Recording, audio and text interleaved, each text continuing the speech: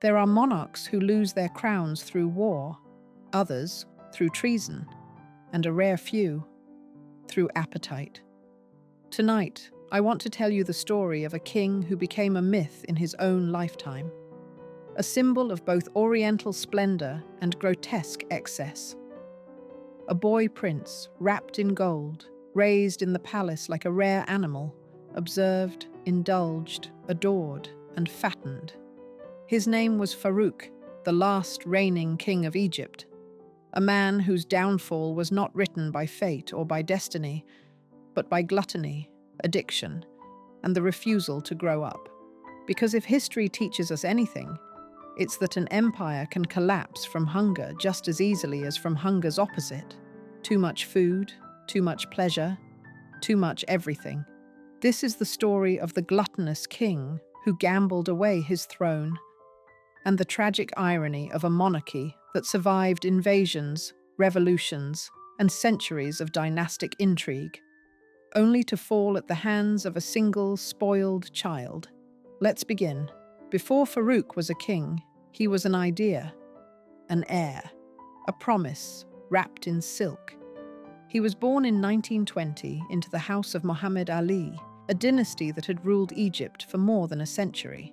His father, King Fuad I, was authoritarian, rigid, and obsessed with Britain's opinion. Egypt was independent only on paper. The British were its shadow rulers, and Fuad understood that his heirs needed two things: lineage and spectacle. Farouk would embody both. As a child, he slept in sheets embroidered with gold thread. His toys were miniature cars carved from ivory. His clothes were stitched in Paris. And when he ate, even at 8, even at 9, he ate like a crowned sultan in a medieval epic. He was taught that a king must never be denied, not in hunger, not in desire, not in pleasure. This early training, disguised as love, created a hunger in him that no banquet could ever satisfy. Palace servants recalled how the boy would hoard sweets under his bed, how he shrieked when a plate was removed before he was ready, how his mother, Queen Nazli, encouraged him to indulge, because she feared Fuad's temper more than Farouk's waistline. He grew up under chandeliers, surrounded by eunuch-like attendants whose only job was to prevent boredom. He was never allowed outside without a retinue of guards. He never carried money. He never made his own bed. He never heard the word no. And so the idea took root in his mind that the world was a buffet, and he was its rightful guest. But his father had plans, grand plans. Farouk was to be the modern face of Egypt, handsome, educated, westernized, a prince the British would approve of. Fuad sent him to England for schooling at a prestigious military academy, and for the first time in his life, Farouk was alone, a foreigner, awkward, pampered, unable to make his own tea, unable to button his cuffs without help. He responded the only way he knew. He retreated into food, into sweets, into the warm, safe world he carried in his body. And then, when he was only 16, England received a telegram. King Fuad was dead. Egypt waited. Farouk was now king, a child king, a boy with a crown too heavy for his soft shoulders. He returned to Cairo to a coronation fit for a pharaoh. Cheering crowds, gilded chariots, the sun glinting off military medals he had never earned. But beneath that spectacle was a trembling truth. Farouk was not ready, and he never would be. Farouk's early reign could have been promising. He was young, charming, with a face the newspapers adored, thick black hair, a mischievous smile, a youthfulness that contrasted sharply with the aging colonial administrators who still hovered over Egypt like ghosts. But he had no training, no discipline, no sense of duty. Within months, the palace became a playground. Ministers came to meetings only to discover that the king had slipped away to buy a new collection of rare coins, or that he was hosting magicians, fortune-tellers, and belly dancers in private chambers lit by sapphire lamps. Farouk collected everything: stamps, coins, snuff boxes, jeweled daggers, vintage cars, priceless antiques, Broadway posters, military uniforms, casino chips, lottery tickets. If it existed, he wanted it. If someone else had it, he wanted it more. And so the king, who was meant to modernize Egypt instead, turned himself into a walking museum curated by compulsive desire. His nights were filled with women, dancers, aristocrats, actresses, married women whose husbands dared not protest. His afternoons were spent gambling or racing through Cairo in imported sports cars. His mornings usually didn't exist at all. Farouk rarely awoke before noon. And his appetites? They grew and grew and grew. He devoured banquets meant for 20. Servants recalled seeing him eat a dozen fried eggs, multiple steaks, pastries dripping with syrup. He could consume entire trays of kunafa and basbousa without pausing. He would send aides to buy midnight meals from every luxury restaurant in Cairo and eat from each container like a child picking through toy boxes. By the age of 21, he weighed nearly 100 kilos. By 25, he was over 135. But the real weight, the dangerous weight, was political. Egypt was suffering. Poverty was rising. Unemployment soared. The British still pulled the strings, and the country simmered under the pressure of nationalism and humiliation. A wise king would have tightened his belt. Farouk bought more belts. A wise king would have consulted his ministers. Farouk fired them, constantly. A wise king would have addressed corruption. Farouk became its avatar. Every appetite that had been fed in childhood now demanded to be fed as ruler. And a kingdom cannot survive beneath a hungry man who mistakes gluttony for entitlement. Still, no one dared stop him, because in the palace, even whispers could cost lives. And beyond the palace, the British preferred Farouk exactly as he was, distracted, indulgent, and easy to control. But Egypt was changing, and the king was not. Farouk's real enemies were never the British. They were the Egyptians who had run out of patience. Young officers, hard, disciplined men who lived in barracks while the king lived like a Renaissance cardinal, watched him with growing disgust. They trained, they fought, they bled, they dreamed of a strong nation. Farouk dreamed of chocolate eclairs and roulette tables. By the late 1940s and early 1950s, Egypt was spiraling. The defeat in the 1948 Arab-Israeli War humiliated the country and exposed the incompetence of the palace. Farouk had meddled in military decisions, replaced generals at whim, and blocked critical spending. The army felt betrayed. The public felt robbed. Everyone, except Farouk, saw that the monarchy was rotting, and still he gorged, still he hoarded, still he played the role of an overgrown child while the kingdom around him trembled. He believed, with astonishing sincerity, that Egyptians loved him. He believed that his charm could outshine his corruption. He believed that the dynasty blessed by Muhammad Ali could never fall, that its roots were too deep, its symbolism too powerful, its legacy too sacred. He believed he was immortal, untouchable, permanent. History was sharpening its knife behind him. The night when history had enough continued. While Farouk lounged at the Ras El Tin Palace in Alexandria, half asleep after a night of cards and midnight feasting, a group of young military officers seized Cairo's key institutions: radio stations, barracks, police outposts, government ministries. They called themselves the Free Officers. Among them was a tall, intense young colonel named Gamal Abdel Nasser and a respected, disciplined general named Mohammed Naguib. Their plan had been forming for years, sharpened by battlefield humiliation, fueled by national pride, and hardened by contempt for the palace's corrupted excess. By dawn, Cairo belonged to them. Farouk woke to frantic advisors, pale and sweating, begging him to address the crisis. But the king was annoyed that his sleep had been interrupted, annoyed that anyone expected him to act, annoyed that the army wasn't behaving respectfully. He believed, truly believed, that the officers wanted concessions, not revolution. He believed, truly believed, that he, the King of Egypt and Sudan, was too beloved to dethrone. He believed, with the blind confidence of the eternally indulged, that he could charm the rebels. But within hours, it was clear. The monarchy had already fallen. No speeches, no battles, no grand heroic defense.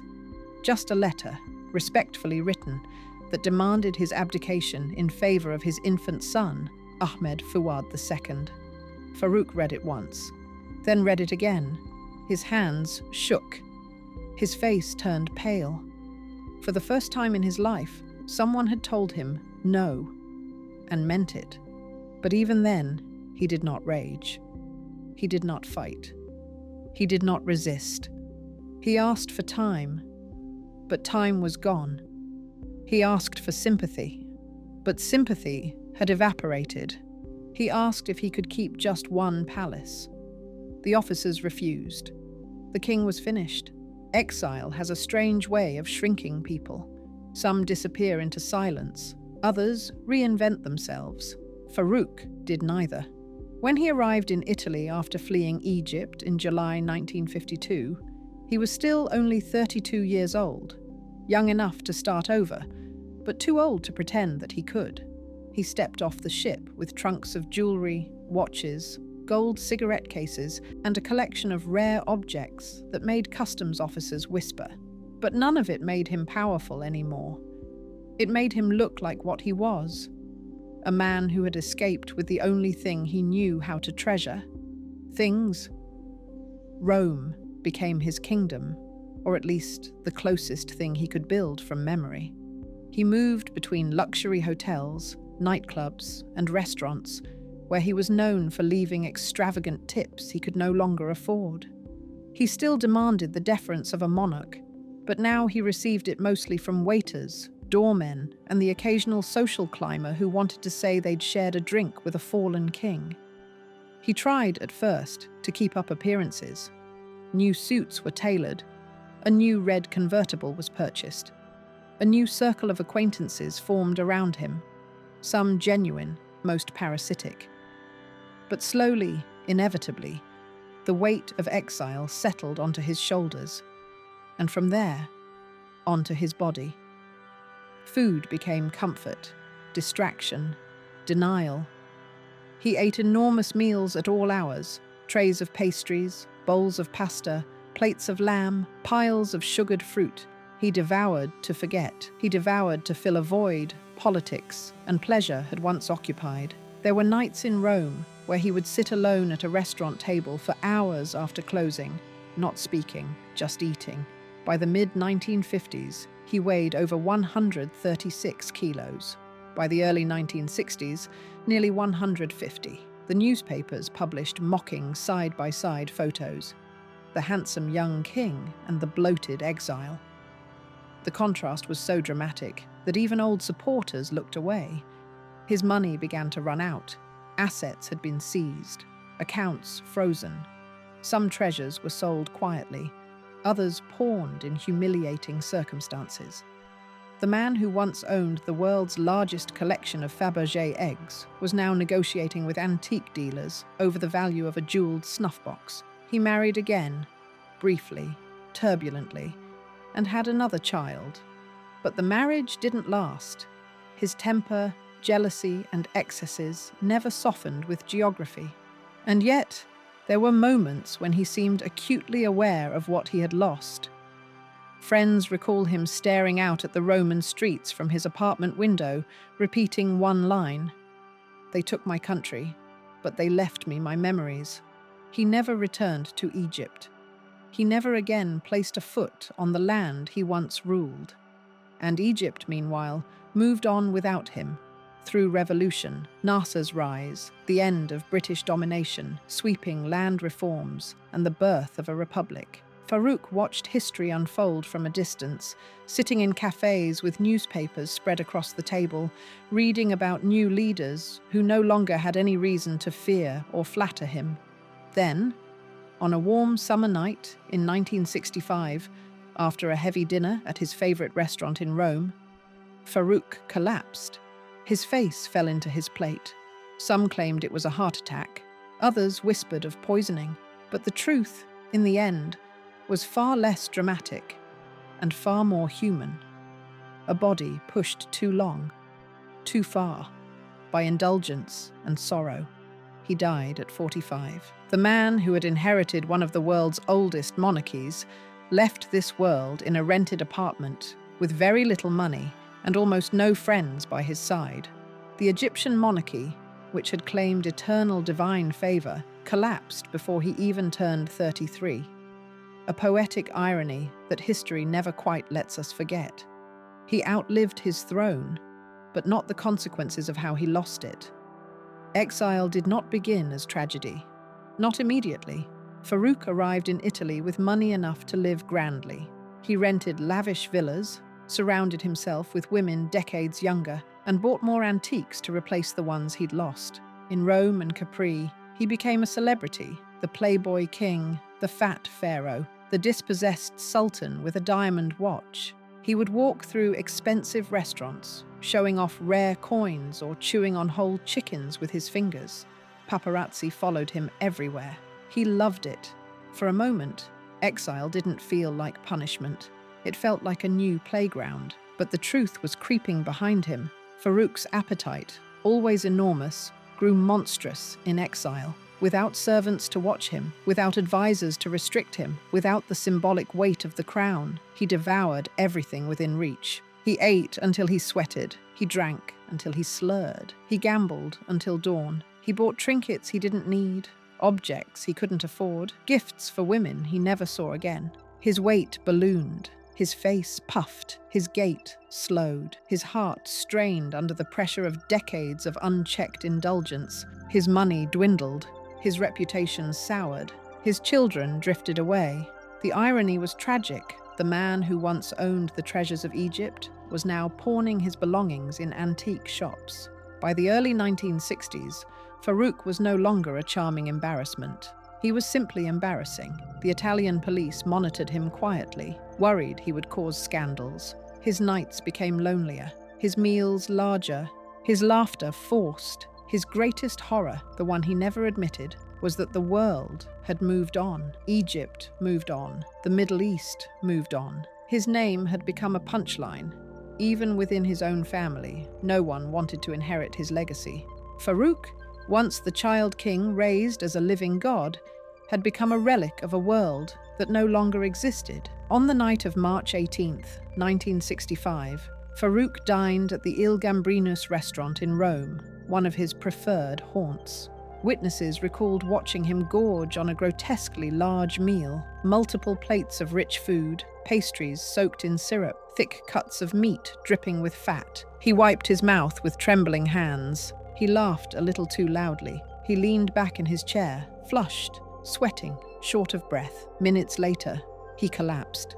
Some said it was a heart attack. Others whispered darker theories: poisoning, revenge, political conspiracy. But most historians dismiss these as fantasies that always follow disgraced monarchs. The simplest explanation is the truest. Farouk ate himself to death. He died in the early hours of the morning, alone except for a terrified waiter and a scattering of half-finished plates. No palace, no servants, no noble titles, no crown, just a fallen king in an ordinary restaurant. Egypt refused to allow his body to return home until negotiations turned political and symbolic. Eventually, he was buried quietly in Cairo, not in the royal mausoleum, not among the pharaoh-like tombs of his ancestors, but in a modest cemetery. The gluttonous king had come home at last, but not as a monarch, only as a warning. Farouk's story is often told as a cautionary tale, the gluttonous king, the spoiled boy who inherited a crown he never learned to carry. And in many ways, that version is true. He did indulge, he did misrule, he did gamble away not just money, but a dynasty. But the tragedy of Farouk is deeper than caricature. He lived at the crossroads of two worlds, an empire fading into irrelevance and a modern nation demanding dignity. He tried to cling to the old order with the appetite of a man terrified of losing control, and in the process, he accelerated its collapse. A king raised to believe he was chosen by God discovered, in the end, that even divine right could not save him from human consequences. When he died in Rome, far from the palaces of Cairo and Alexandria, the world barely noticed. Newspapers printed small obituaries, often mocking, sometimes pitying. Egypt issued no mourning. His remaining wealth was catalogued, disputed, sold off. Yet something quietly remarkable happened decades later. Egyptians, especially the young, began rediscovering him, not to restore him, not to idolize him, but to understand him, to trace the path from monarchy to revolution, to examine the human weaknesses behind a political catastrophe, to ask how a nation can lose a king and still gain a future. Farouk became not a hero, not even a villain, but a symbol of excess, of decline, of a turning point that remade the Middle East. And perhaps that is the final irony. The monarchy presented itself as eternal, but Farouk, its last sovereign, died young. It was the throne that outlived him. In memory, in museums, in the stories we tell, in the warnings we still take from his rise and fall, Farouk wanted to be remembered as a king. History remembers him as a lesson, and maybe that is the only immortality he ever truly earned. If you enjoyed uncovering the final days of Egypt's last king, don't forget to like this video, subscribe to The Forgotten Court, and join me next time as we bring another lost royal story back to life.